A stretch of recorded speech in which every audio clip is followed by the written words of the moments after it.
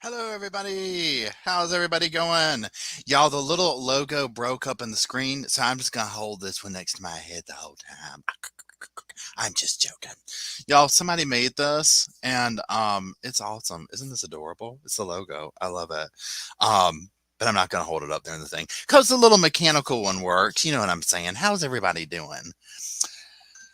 As y'all know, the way we start these off all the time is please drop a number one in the comments if you can hear me, so that we can make sure that I am not just talking to wherever or whatever, you know what I'm saying?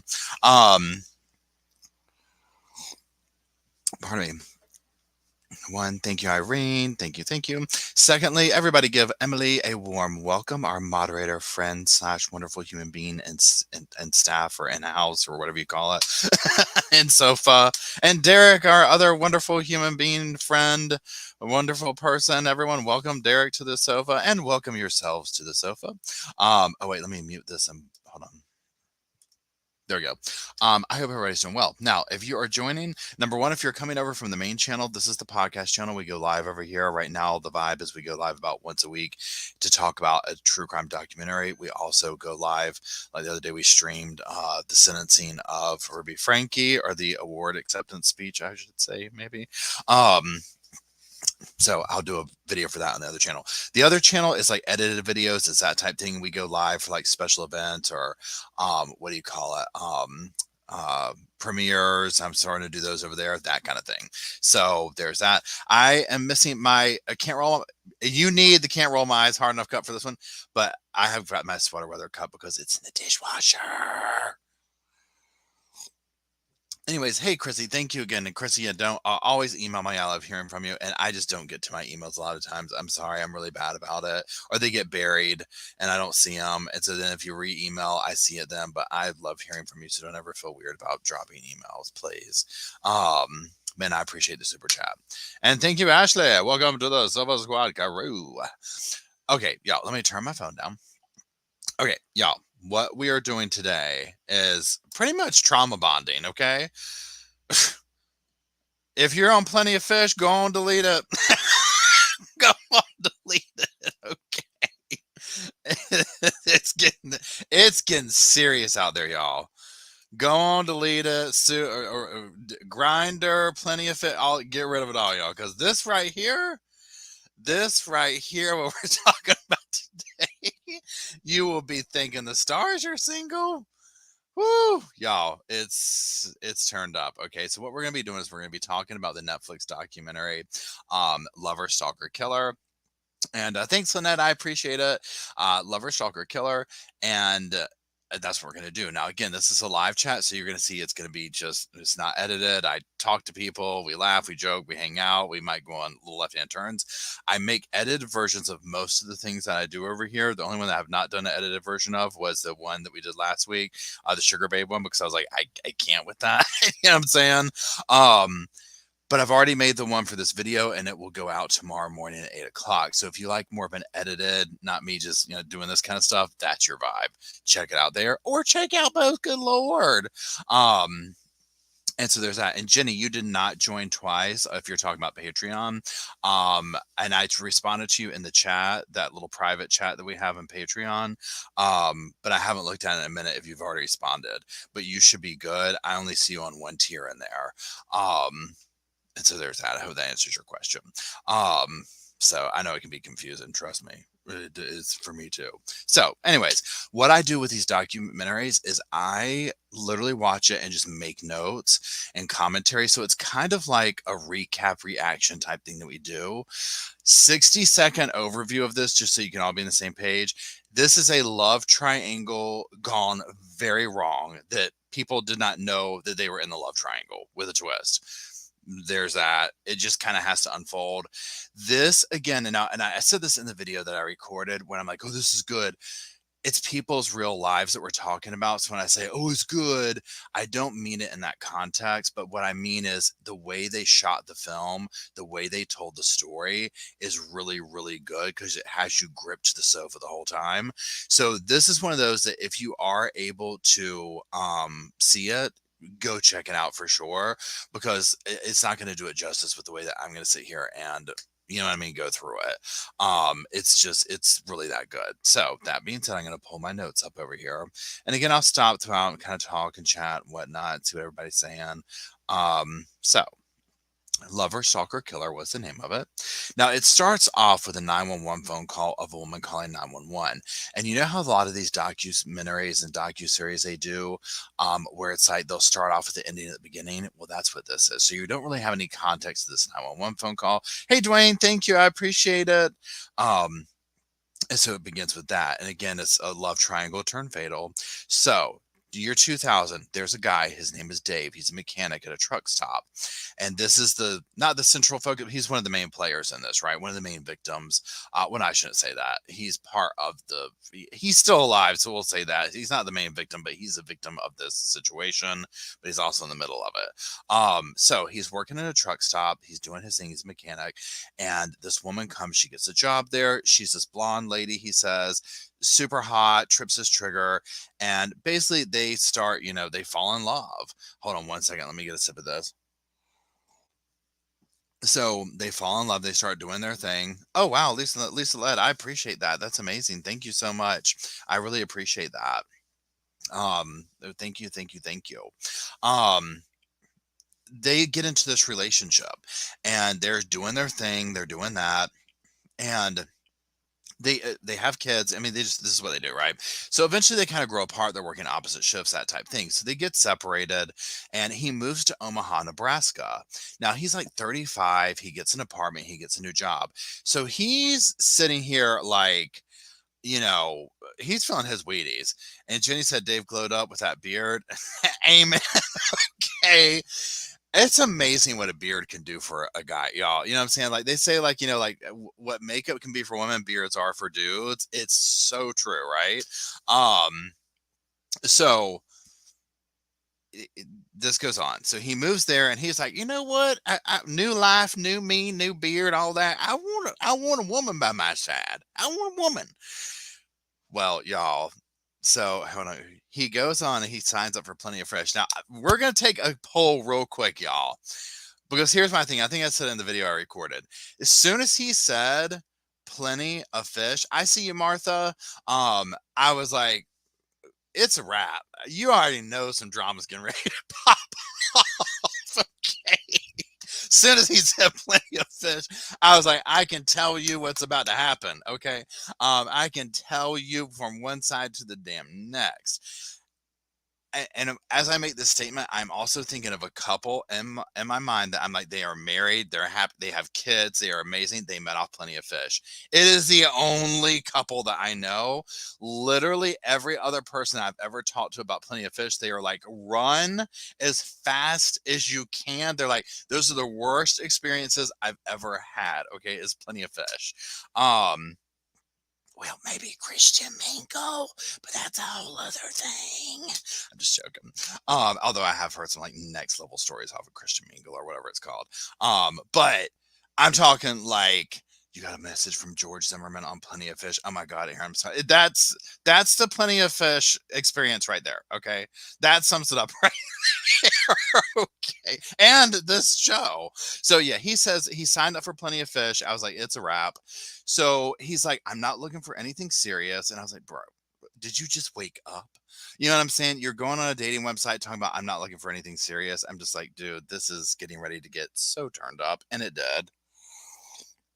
So he eventually meets this woman. Her name's Liz. She loves animals. She has a cleaning company. They have lots of common interest. So they both have kids and they plan to meet. And when they do, they really hit it off, right? And it's like the perfect fit at this juncture in his life. And he's like, you know what? Right off in the first date, he made it very clear to Liz he didn't want to be tied down. Now, here's the thing.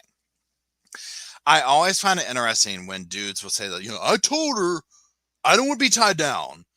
You know what I'm saying? And then you start listening to the trajectory of the relationship, and I'm like, this is getting ready to not go the way that you're hoping it would. You know what I'm saying?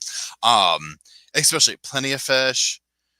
I'm not looking for anything serious, but we're gonna do all this stuff, but I don't want to get tied. It's no. Anyways.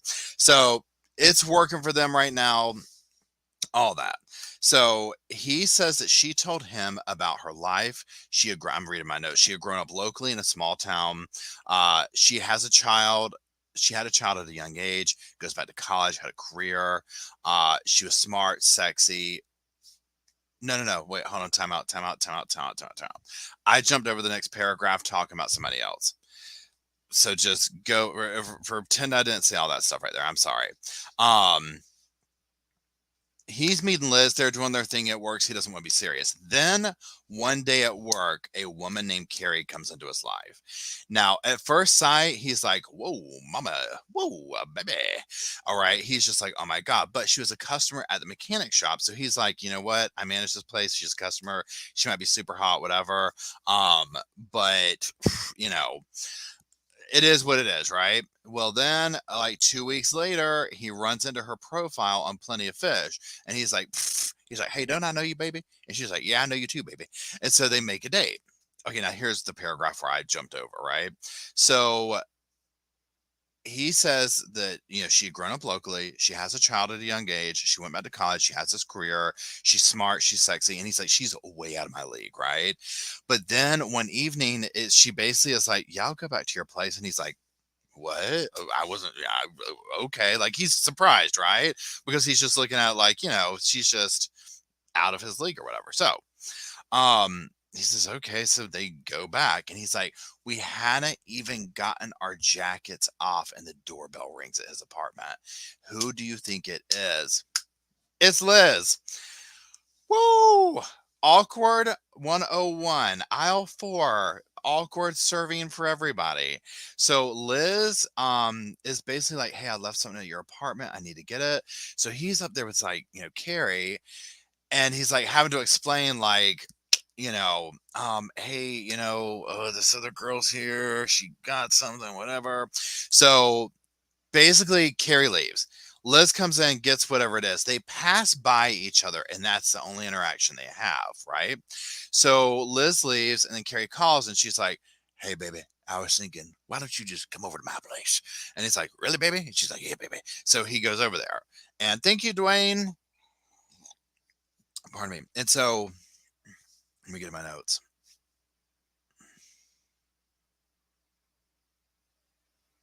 So he goes over there, and it's this mutual thing of, like, she's like, look, we're not monogamous. We're not a couple. I get it, right? She left something, whatever. Okay. So this is how this goes. And it turns out that she works like 3 blocks away from his apartment, right? So they end up spending all this time around each other. She spends the night a lot and all that type of stuff. So one day, and this is like soon into it, right? Like a couple of weeks or whatever. So one day he gets up, he goes to work, he gives her a kiss goodbye. It's just like normal, whatever. So he heads out, and he's like, in the documentary, he's like, I had no idea that what was about to happen that was going to completely change everybody's lives, right? So he gets this text message, and it's Carrie, and she's like, hey, basically we should move in together. And he's like, what? You know what I'm saying? Like, huh? He's like, baby, you're hot and out of my league and everything, but I've only known you for 2 weeks, baby. And she's like, doesn't like this, right? And so he's like, I thought we talked about this. Well, all of a sudden she's like blowing his phone up, and she's like, you ruined my life. You're this horrible person. Um, and he's like, what? So then he goes home at lunchtime, all her stuff's gone, and he's just like bummed out, right? Because you would be thinking, like, where did this come from? You know what I'm saying? So there's that.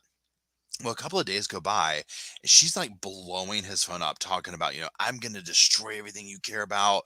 I hate you. And the text messages get meaner and meaner and more threatening. And obviously, it's like, bro, you're at a 10. We need you at like a 5. Okay. Because, I mean, come on. Right. So please hold on. Okay.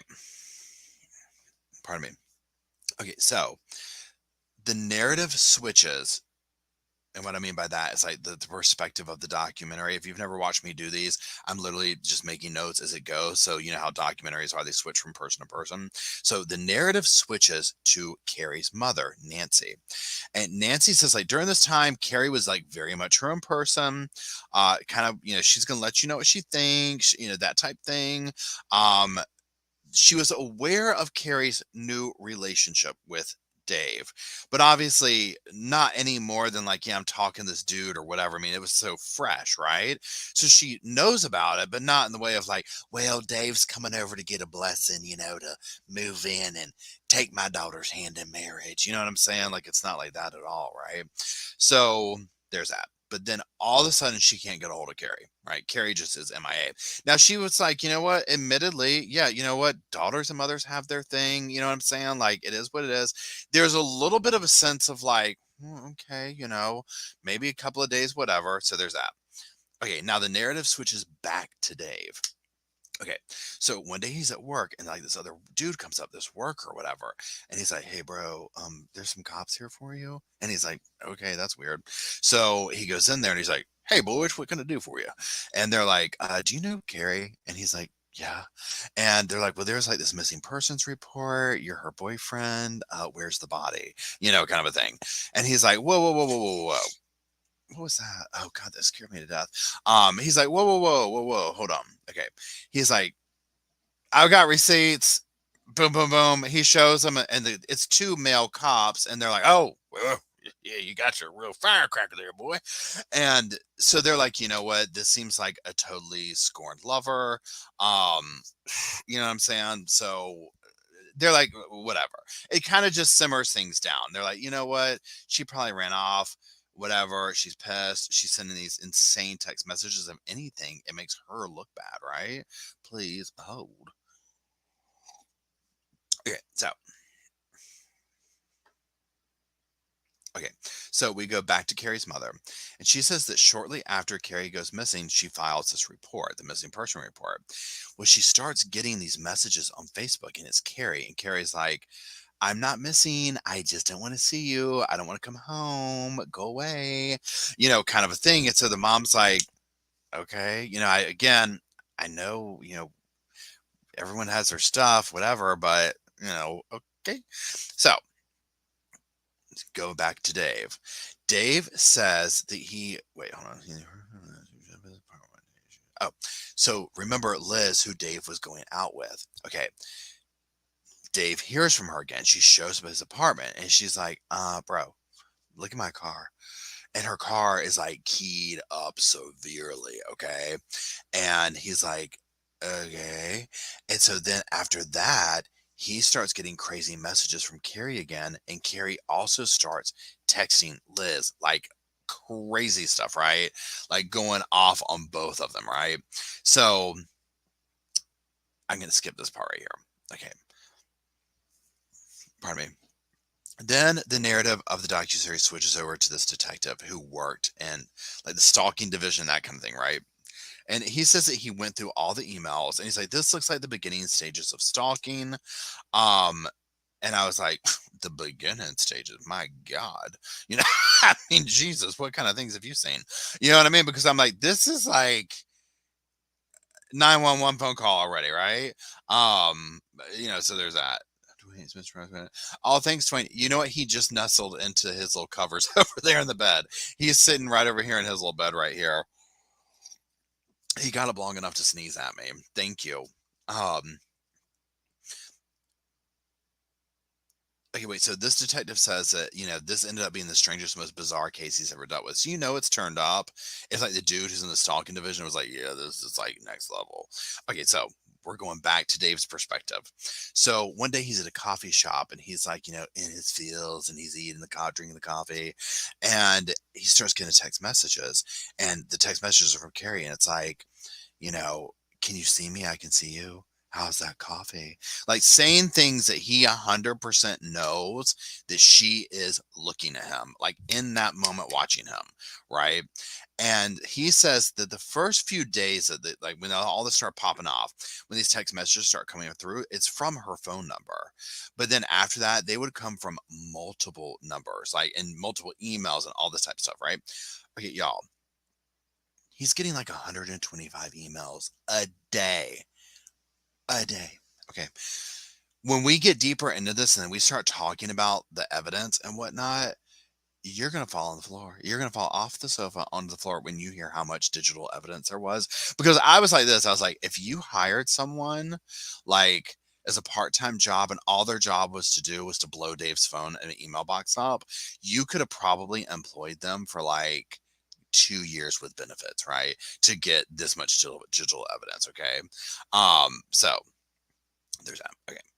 So the detective that's been working the case basically does a stakeout, like he calls it like a reverse stakeout. So he's essentially like at Dave's work, staking out, looking around. Because one thing that's going on too is like Dave will get like a text message, like if he talks to a female like at work, he'll get a text message from Carrie talking about, using explicitives that one might call a female or something like that. Who is she? I'm going to follow her. I'm going to get these license plates. I mean, crazy stuff, y'all.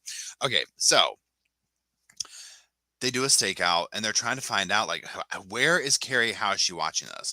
So the dude's going around the neighborhood everywhere with Carrie's picture. Have you seen her? Have you seen her? Nobody's seen her. And he's like, what? And he's like, here's the thing. I can't do anything until I can put my hands on Carrie, right? So shocker moment number one comes. Dave then gets a text message from Carrie and she's like, oh, you're trying to find out where I live? This cop friend of yours wants to, get my address? Well, guess what? Here's my address right here. Guess what? It's 2 buildings down from yours in the same damn complex you live in. Microphone drop. Okay. Dave's like, I I didn't know what to do. Like I wanted to go confront her. So I start walking to building number 12, apartment, whatever. And he's like, on the way, I start getting scared because it's like, I mean, again, this is like, what do you say when she opens the door, right? So he's going through his neighborhood and he's like, okay, building 1, 2, 3, 4, 5, whatever. When he gets to building 11, there is no building 12. She's lied. And then he's like, oh my God. Um, okay. You know what I mean? Like, what? Well, where is she? She has to be in one of these buildings. Complete mind effery. Okay. So there's that. It's fake address. She gave him all that. Okay. So then one day he starts getting messages from her and she's in Liz's house, apartment, whatever. I think a house it was. She's in Liz's house sending pictures of the stuff. And he's like, oh my God. So he goes over to Liz's house. And what they find is that her car has been keyed in the garage or whatever. And inside there's like the walls have been spray painted with like, you can imagine the kind of stuff she might have wanted to say to her. And he's like, I've made Liz a victim, by just simply her knowing me. You know what I'm saying? Like, oh my God. And it kind of makes them get back together a little bit, right? Because it's like major trauma bond type stuff. Okay. Remember how I told you that he was married to that woman who he originally met and they had 2 kids, but they got a divorce and he left and that's what made him get on Plenty of Fish? Her name's Amy. The narrative switches over to her. Please hold. Okay. So she said that she knew what was going on. They had split custody and like the kids were going over there on the weekends and stuff like that. Well, you already know. Amy was like, absolutely not the kids. And I absolutely love this that she did this because in these cases that we watch where we're so used to seeing things like what happened to Harmony and stuff like that, to hear her be like, kids can't go over to your house. Absolutely not. If you want to see the kids, by all means, you come on over here. But no, they cannot go over there. And so that brings a stop to that. Well, you can only imagine, do the math on what you think happens where he's now going over to Amy's house and whatnot. So one day so just keep that in the back of your mind. So one day Dave's at work. He gets a phone call from Liz, and she's like, one of your windows is smashed out and it looks like somebody's been in your apartment, and there's like nasty writings on the wall, and all of Liz's clothes have been slashed and destroyed. So now let's go back to the detective who we were talking to. He says at this point in the investigation, they had enough stuff to do an arrest warrant, but they cannot put their hands on Carrie. They cannot they cannot, she's evading them. Okay, so please hold. Dave is like living in this constant paranoia. You can imagine, right? It's taking a toll on him. He's hanging out at the bar. He wants to escape. He wants to be away, and it's breaking him down mentally. Then he gets a text message from Liz talking about the house is on fire. He goes over to her house. It is burned down. Animals all dead. Her kids are okay. They're outside. The detectives, obviously, this changes everything. This is dead ass serious at this point, okay? So they're like, this is a major investigation. The detective interviews Liz. She's, at the scene, all this type of stuff. She tells them all about Carrie. She's like, this is what's been going on with this woman, this and that. So then Liz moves and does not tell Dave where she moved to. Keep that in mind. Okay, so then Dave's like, new year, new me. I'm done. So Dave packs up. He changes his phone number. He gets a new job. He moves. And 1 year goes by. Okay. Now, we're going to introduce another officer. Now, if you watch this, you will appreciate his cowboy attire. Very handsome dude, very cowboy-esque, all this kind of stuff. And his name is Jim.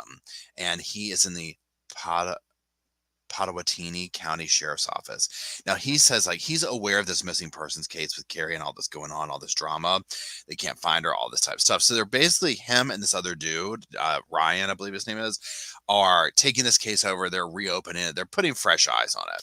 So they go visit Carrie's mother in Iowa, right? And they go over there. She's a little standoffish because she's like, nobody's done anything. I haven't heard from my daughter. This is completely bizarre. So it's been a couple of years since she's been missing. And she's like, look, I've got these text messages from her talking about, I've got a job. I'm making 6 figures. I'm making all this money. I'm moving here. I'm moving there. Basically just ghost her mother and everybody. Okay. So the detectives start looking into Carrie, and they learn that she does have some kind of mental health issues.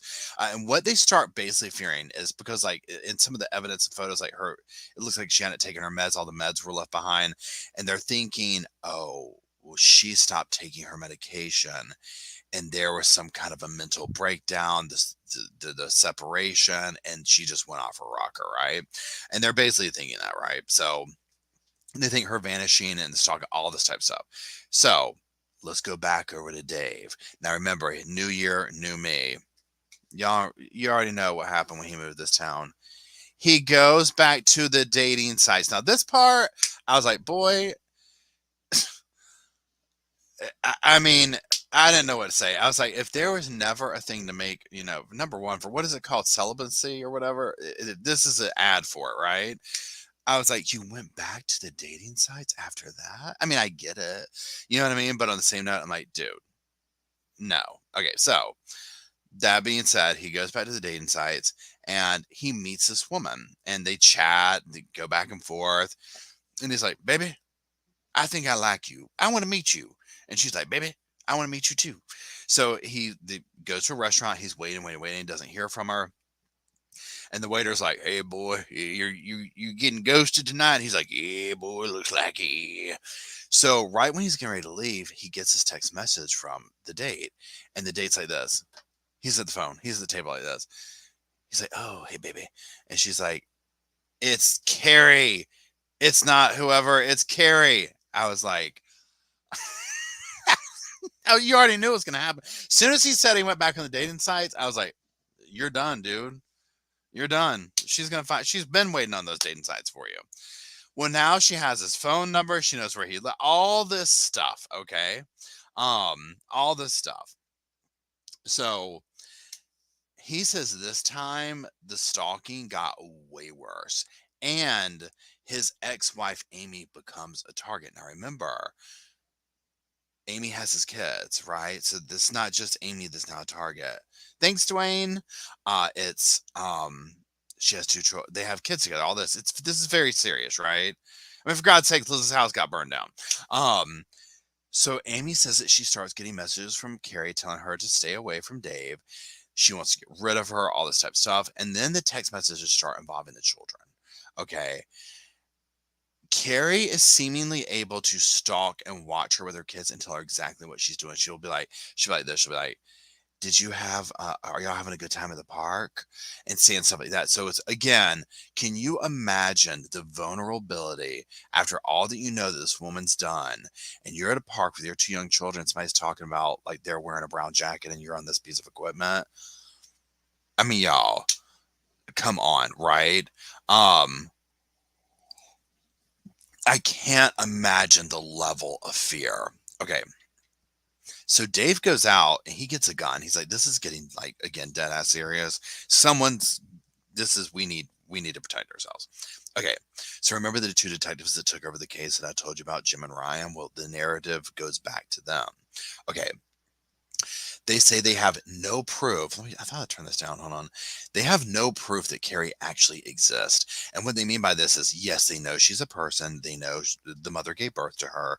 But they're like, we are going through everything and we can't put our hands on Carrie. Like, we don't have any kind of evidence that this woman is walking around somewhere. So this starts to be like, what? So then they start going back to the evidence and they're looking at all of like pictures from her apartment and all this. And they're like, okay, hold on. Like, she told her mom she went up, she got this job, she did this, but everything in her apartment is like, she just took her keys and walked out the front door away from everything. Her meds are here. The bag is here. The clothes are here. Like, this doesn't seem right. Something seems very off with this. So then they go back over her bank statement, and there's like two bank transactions right after the situation like took place of like the last contact that she had verifiable, and there's nothing on her bank account. So you already know, right? They're like, you have to have money to hide, right? So the mother says also, well, at the time that this was going on, the dad is like basically very sick. He's in the process of dying, and nothing from Carrie. And she's like, you know what? We might have our thing. We might do this, but that right there is no, that is very out of character, right? Um, and the mom was like, I just have this mother's intuition that she's not here. It gives me goosebumps. So then the detectives seek out this IT guy to be like, let's just start from ground zero, right? They get this IT guy, and he was such an interesting dude because he enters into the documentary where he's talking about this very specific liquid routine that he has. And I'm like, that's me. And then can't remember if you watched it, correct me. Did he say he was autistic? I felt like he did. I felt like he said he was, or OCD or something, right? Super nice guy. And it gets interesting what he does. Okay. So Tony is his name. He says that there is hundreds of thousands of text messages and emails. So remember what I said earlier, where it's like, and this is over a 2-year period, hundreds of thousands. Think about how much time was spent doing all this evidence, creating this evidence, texting, emailing, not to mention driving around. Full-time job, right? Okay. So they are going to go back through all this stuff and look at the IP addresses. Okay. So they go through. He has to write a program called Dex. Now, I wondered if it was based off of Dexter, the show. Remember Dexter? So basically, he creates this program and he goes to Dex and he's like, ask it the question basically this. Okay, out of 1 million IP addresses, Dex, how many of these are unique? And it narrows it down to like 13,000. And he's like, okay, so give me the top 10 IP addresses. And it gives him these. Well, out of 8 of those, they're like VPNs. You can't use them, right? But basically there is one that could be used. They trace it back to this dude named Todd who lives in Iowa. Y'all, Todd works for Tony. Todd is part of the team. The call is coming from upstairs. Get your ass outside the house. Okay, with this part, my mouth hit the ground on this. So you already know they were like, what would to get a search warrant, right? Because they also are now like, well, he has access to see what we're doing. Like, we have to like, you know what I mean? Like, we had to be very careful here. So they go and they're like, bro, has anybody been like using your Wi-Fi or your computer or whatever? If y'all haven't seen it, brace your damn self and buckle your seatbelts up for what I'm about to say. He goes, well, I have an on again, off again girlfriend who moved in with me a couple of years ago after her house burnt down. That is Liz. Liz has been living with him, and the IP addresses all match to his place. Y'all, let me tell you what. When I tell you I fell off the damn sofa over this, which, okay, I'm going to say this real quick, and y'all drop it, your opinion of it. And this is what, I don't know if you said this part or if I said this earlier, but way up here, I skipped over it. And I'm not trying to sound like, oh, yeah, you can't get nothing past me.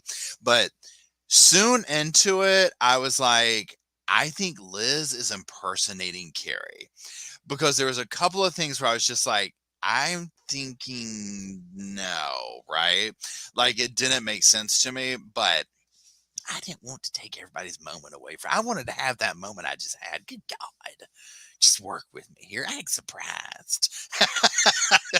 Okay, so she's been living there. So, okay, I said that it was Liz. She had been using this Wi-Fi. Everything ties back to her. Yes, Liz is the stalker. Now, let's just side note this, y'all. I don't have the picture up here in front of me. I'm sorry. Call me judgmental.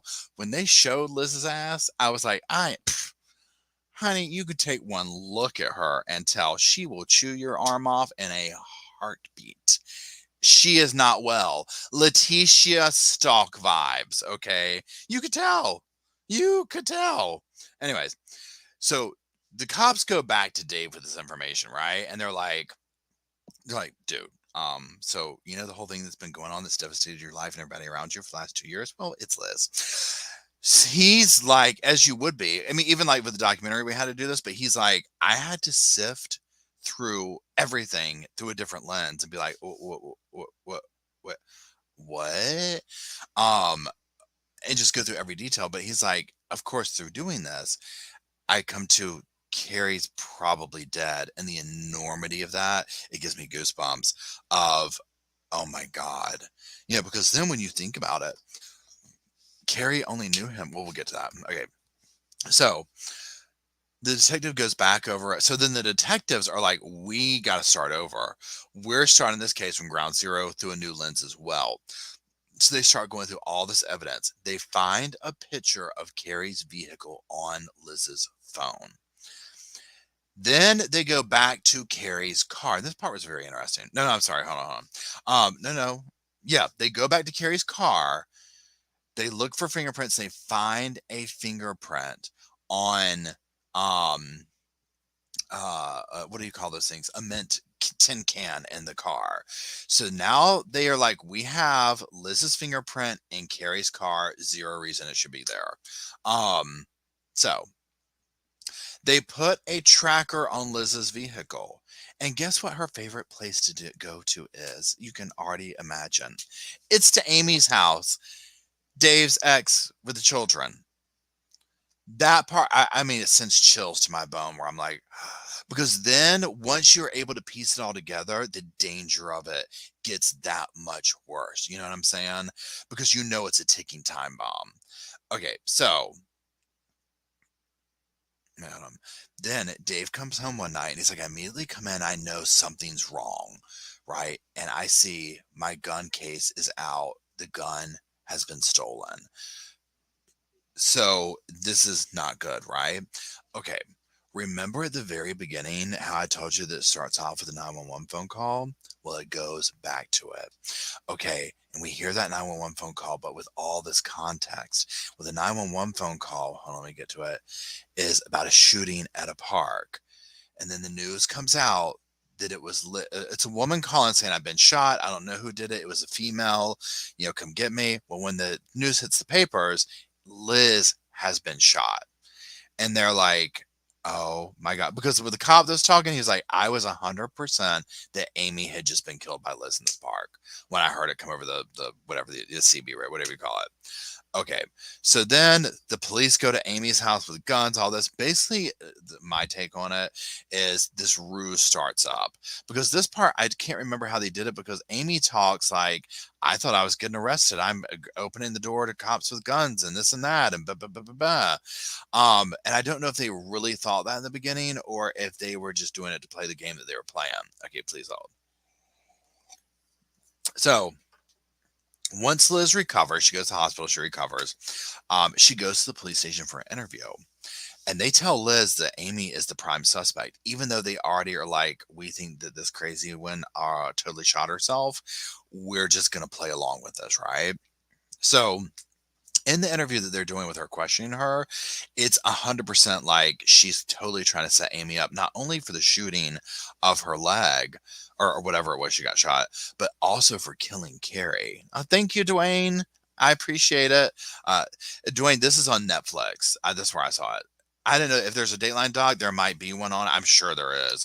A lot of people are doing videos on it too on YouTube now, like diving deeper into it. But I'm talking about the Netflix one. Okay, so they're playing this whole game, all this type of stuff. So she's trying to set Carrie up for the murder, all this type of stuff. So then they're basically like, we need to get some damn evidence. We need Amy to just basically tell on herself. So what they're doing is they're playing, what do you call it, chicken with her, because they're basically like, we need Liz to essentially confess to how she did this and tell us where Carrie is, because they don't have her body. So sure enough, after this interview, Liz goes home, and this is the part that you gotta love it when they tell themselves like this, but at the same time, you're just sitting here like, pretend this is like, I can't roll your eyes hard enough, cup, because this is the part right here. You're like, really? After all this, and you are this stupid? Okay. Liz goes home and immediately starts writing messages as if Amy were writing them to her, and then she sends them to the detectives. So walks right into their trap, right? Now, during this time period, they can't arrest her yet. They just don't have enough evidence. And they're trying to build a case up, but obviously they are like totally nervous for Amy and Dave, but especially Amy because she has the kids. This is very, very serious. This woman will go to, there's no low, right?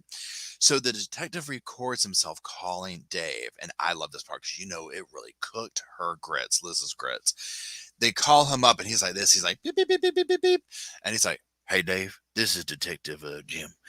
Yeah, I just want to let you know you need to protect your woman, your ex-wife, and your kids. If that means you have to get back together with her and move in, that's what you do, boy. And so he does this whole thing or whatever.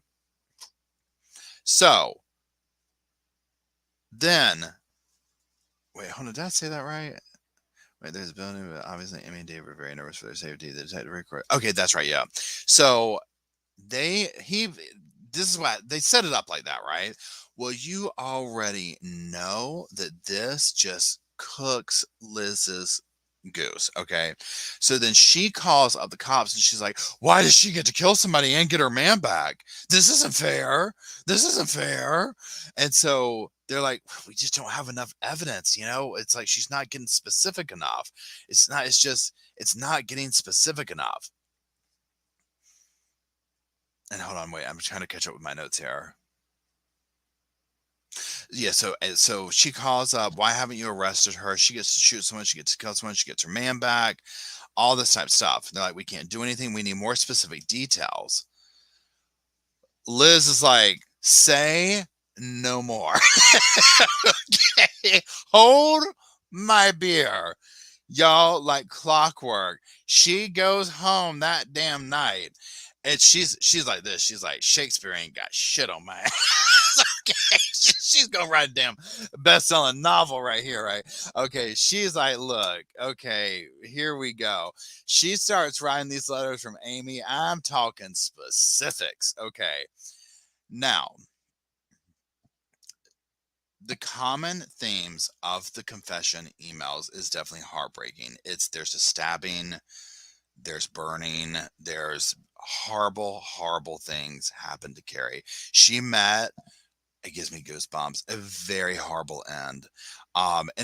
This is the part that I was going to talk about earlier, but I wanted to. You have to also remember that Carrie wouldn't have known what was going on at all. She only met this dude, Dave, a couple of weeks. She only met this crazy lady, Liz, like passing by her, right? So it's like, she was, you know what I'm saying? So that's the part that breaks my heart for Carrie, because I'm like, oh my God, she wouldn't have known what happened when Liz attacked her. So Liz, oh no, I'm sorry. Liz is literally just telling the whole damn tea in these emails from Amy. Has the gall to send the damn emails that same day. I'm like, are you, again, I'm like, how stupid are you? But she's clearly off a rocker. So they go back to Amy's car. Wait, Amy, yeah, they go back to Amy. No, I'm sorry, hold on. They go back to Carrie's car. I'm getting all the names confused now. And they spray that stuff down for the blood, and knowing this, whatever, what, nothing comes back up for her, right? And they're like, you know, okay, she said in the email about the car. Now that doesn't happen. So then they're like, well, hold on. Let's go take all the pleather, the leather, or whatever you call it, off the seats. They rip all that up, and then they find all the blood stains in the car to get the proof. So it's like, okay, we know 100% that this dimwit is writing these letters pretending to be Amy, that only the murderer would know. I'm sorry. I'm messing up here. Yes, pretending to be Amy. See, this is throwing me off here. Okay. So they have enough stuff now. They go and arrest Liz. They bring her in for questioning, and you already know she's going to deny everything. It does not matter. Sitting here watching her, the cop is like, we know you drove by Amy's. We have a tracker on your car. We have the IP address that goes to Tony's house. And she's like, that wasn't me. That's not me. That's not me. And I'm just, of course, what would you say, right? And of course, you're not going to just break down there. She's like, I want a lawyer. I want a lawyer. And they're like, okay, we'll get you a lawyer, girl. It's not going to help, but we'll get you one. She's charged with first-degree murder, thank God. Now, the trial is tricky because there's no body. This becomes a round-the-clock job for everybody. The detectives, the DA, you name it. The IT guy. The IT guy's talking about, I had a brain tumor at this time. They were like, well, we can work on you, but it'll affect your work. And he's like, we have to wait for this trial to end. And that's the one thing that I find beautiful about some of these cases, where you see people who don't know. It gives me goosebumps. They don't know these people, but they want justice for them when they see something that has gone so off the rails and so wrong for absolutely no reason. And so they give of themselves to this level to get justice, because that's what had to happen. It's such a complicated case. My hat goes off to all of the people involved that helped to bring Carrie's justice. So they continually keep going back and interviewing Dave, and just, how they do, to be like, do you think about this, think about that. Well, one of these last meetings, they're like, do you have any kind of technology you haven't given us? And he's like, what, actually there is like this old iPad in my storage facility. And he's like, there's nothing on it, but so he goes and gets it and gives it to him. And they're like, okay, well, there's this old SD card, I think an SD or SP card in there. And so the IT guy, he gets it and it's empty. He's like, it's been deleted, but he's like, well, let me just double check and like look at the behind the scenes deleted. And he's like, there's like over 11,000 pictures that were on this before they were deleted. And he's like going through, and he's going through, and he's going through, and he's like, well, there's a selfie of Liz, and there's a selfie of Liz, and there's Liz's car, and there's this. This is Liz's old thing from her cell phone. You're just like, oh my God. Okay. So then they're going through this. Well, the IT guy's like, there's this one picture that's like really weird looking, right? And it's like a piece of wood or something. And he's like looking at it, and he's like Googling and stuff like that. And it's like basically comes up to, I'm going to say this word wrong, in a decomposed body, this is what the veins do. And he's like, and it's like that. And he's like looking at it, he's like, wait, this is a foot. and there's a tattoo. Now, y'all, I might get choked up over this part. There's a tattoo on the foot. And so he's like, we're looking at a foot in decomposition on Liz's SD card. They go to Carrie's mother. This is what this gets me, Bob, y'all. And they're like, does Carrie have this tattoo on her foot? And the mom's like, yes, she does. And the tattoo is a Chinese symbol for mother. Y'all, that part, I mean, I'm kind of a little bit, it got me the first time I went over it because I was like, oh my God, it was like she was talking to her mother through that picture. You know what I'm saying? Um, ugh. So they have 100% Carrie's decomposed foot on the SD card from Liz's phone. Okay, do the math on that. Okay, so then it goes to trial. Carrie's mother was like, I didn't really even know what happened to my daughter. And this part kind of gets me to a little bit. She's like, I didn't really even know what happened to my daughter till we got to trial. And it's horrible, and you're just like, from a mother's point of view, first of all, look at the mother where it's like, I thought that she was mad at me and ghosted me and the father's dying and, that she didn't show up. And it turned out it was just this, this situation that was only like 2 weeks out of her life. You know what I'm saying? Like, and then to find out what this woman did to her daughter. So Liz is found guilty of killing Carrie. Now, here's one thing. And I feel like, y'all correct me if I'm wrong here, if you've seen it. I feel like it was one of those trials where you're just going to the judge to judge you, or whatever you call it, a bench trial or whatever. Okay. Hey, Stormy, how's it going? It's good to see you. Pardon me. And the judge comes out and he's talking at first and he's like, the state has not met the burden of proof from, oh, thanks, Dwayne. From, how do you say it? The burden of proof of like Carrie's body. They don't have a body.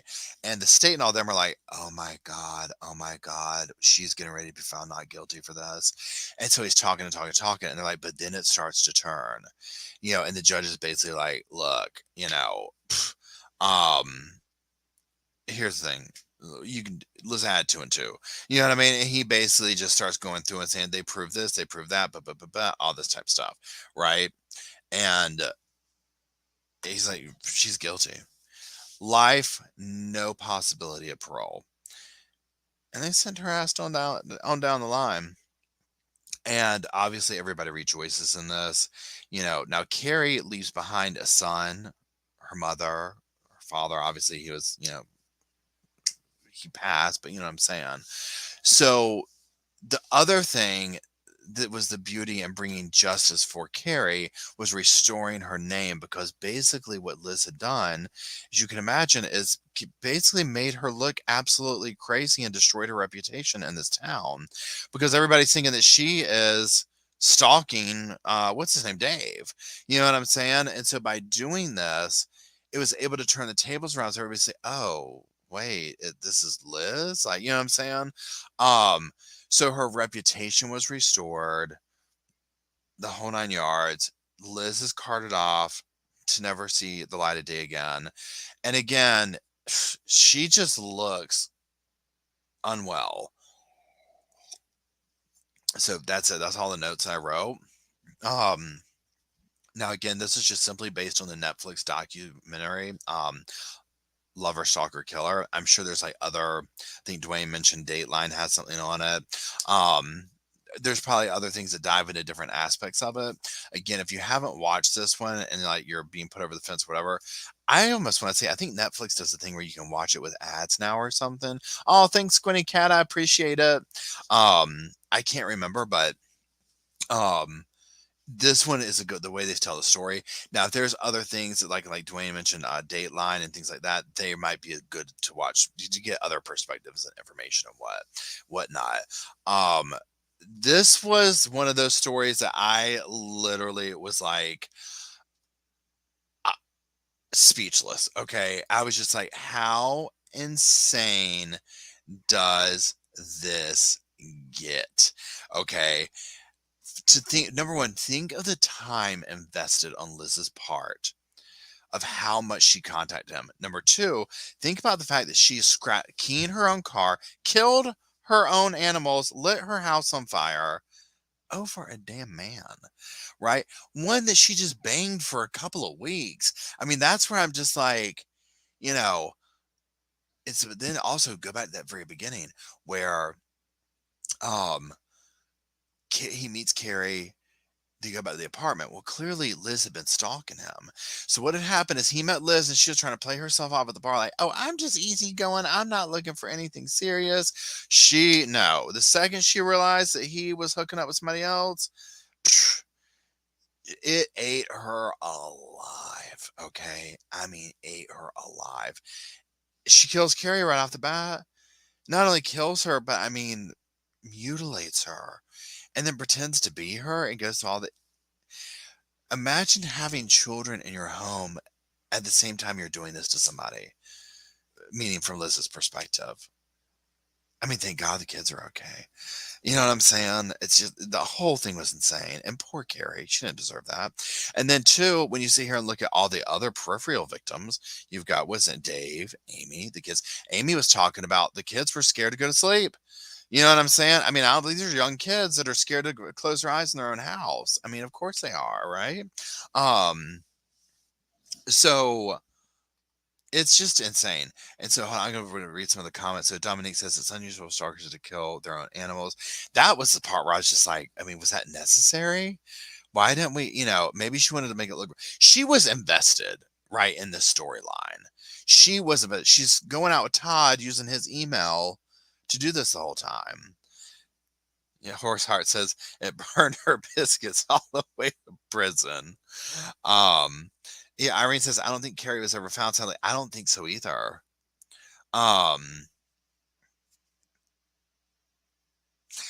says although she didn't say anything, she knew exactly what she was doing. That some people go this far, it makes my blood freeze. I know, I agree.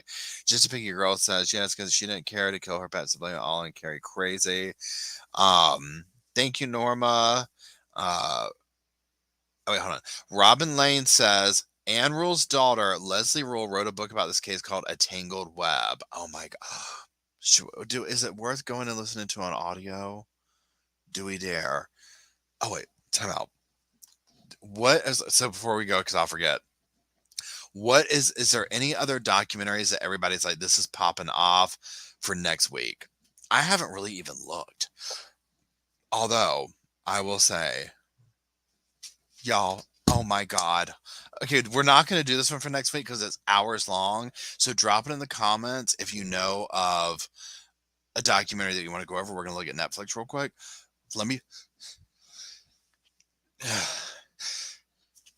Excuse me, I'm sorry.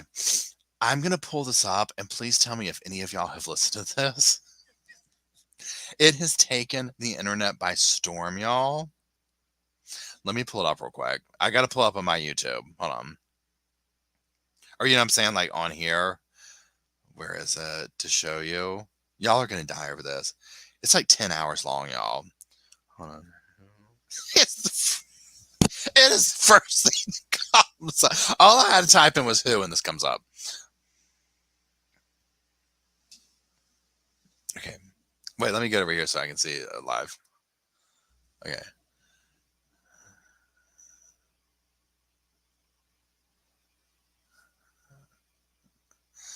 Is it coming through?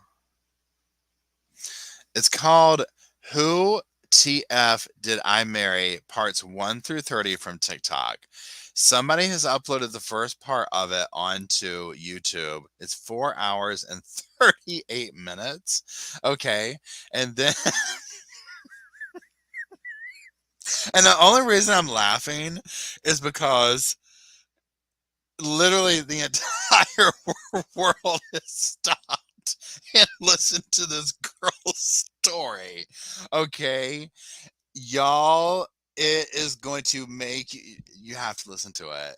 So if you're on TikTok, go listen to it there. But somebody, the Jess Kasem brand, I guess is her on YouTube, has uploaded it. Yeah, it's Who TF Did I Marry? y'all, it's yeah. I mean, like, and on TikTok, somebody sent me the playlist, and it was like obviously 1 through 60 or whatever. This girl's telling this whole story through TikToks, y'all. It is just this insane story that she has, y'all. Okay, it was just crazy. So that, but again, we're not going to listen to that, we're not going to talk to it. You know what I'm saying? We're not going to do it because it's too entailed. Thank you, Steffi. I appreciate it. Now what I'm going to do is I'm going to pull up Netflix and see if there's something that I tagged that was like jumping out.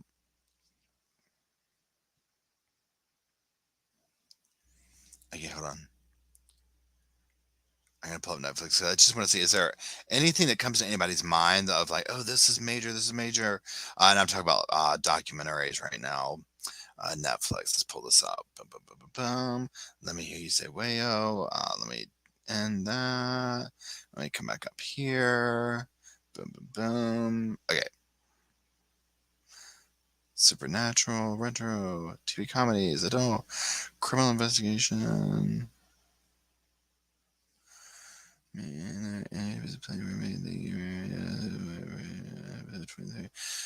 I'm on episode 23 and I have to go to work. I started to listen to Can I Tell You a Secret, but I could not get past. I couldn't do it. I'm sorry. I'm just not gonna lie. I couldn't do it. I was like, I don't even believe. I couldn't do it. Okay. The confession tapes till murder do us part. We did that one. I'll look and I'll do a post on the community boards, um, and see what everybody has to say about like if there's any certain docs that are out right now. Um, just see what is everybody's doing that's popping off. Somebody had mentioned the Pike murders. There, one of the docuseries on that one. No on Twin Flames. Oh, I already did Twin Flames. Oh, wait, hold on. There's a three. So Peacock has the Pike County murders. Okay, so that's an option. Yeah, because I did some stuff on that case, but that case was so entailed.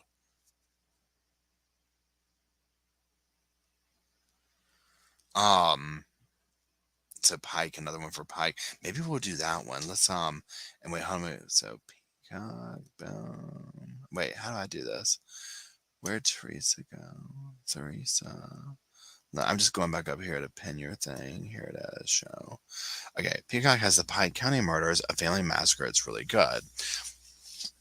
Do we see a show of hands? So, show of hands. Would everybody like to go over the Pike County Murders? And it might be a good, because that case is complicated.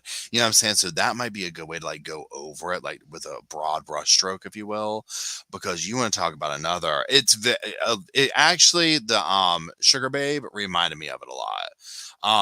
The whole scenario, or whatever. Bad vegan. Okay, wait, hold on. Why did you kill me? I don't have vegan.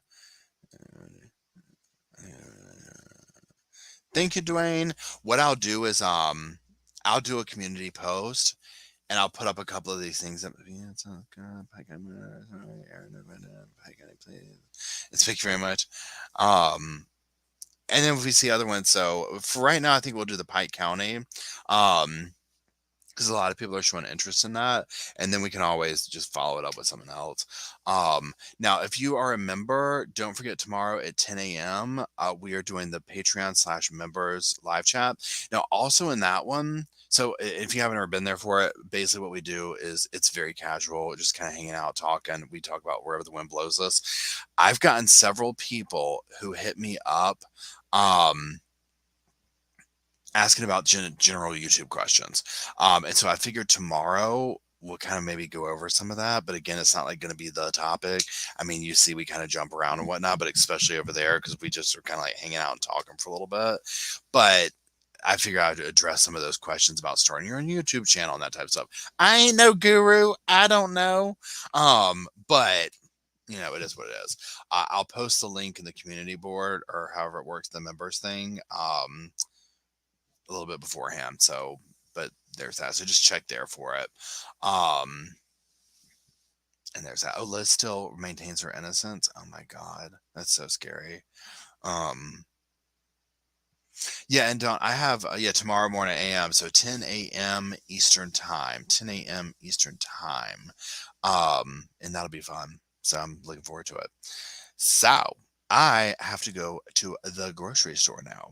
On a 3 p.m. here in UK, which is fantastic. I went to a punk rock show a couple of nights ago, and I've since realized I can't handle these late nights. Lauren, thank you for hanging in there. I appreciate it. And hello UK.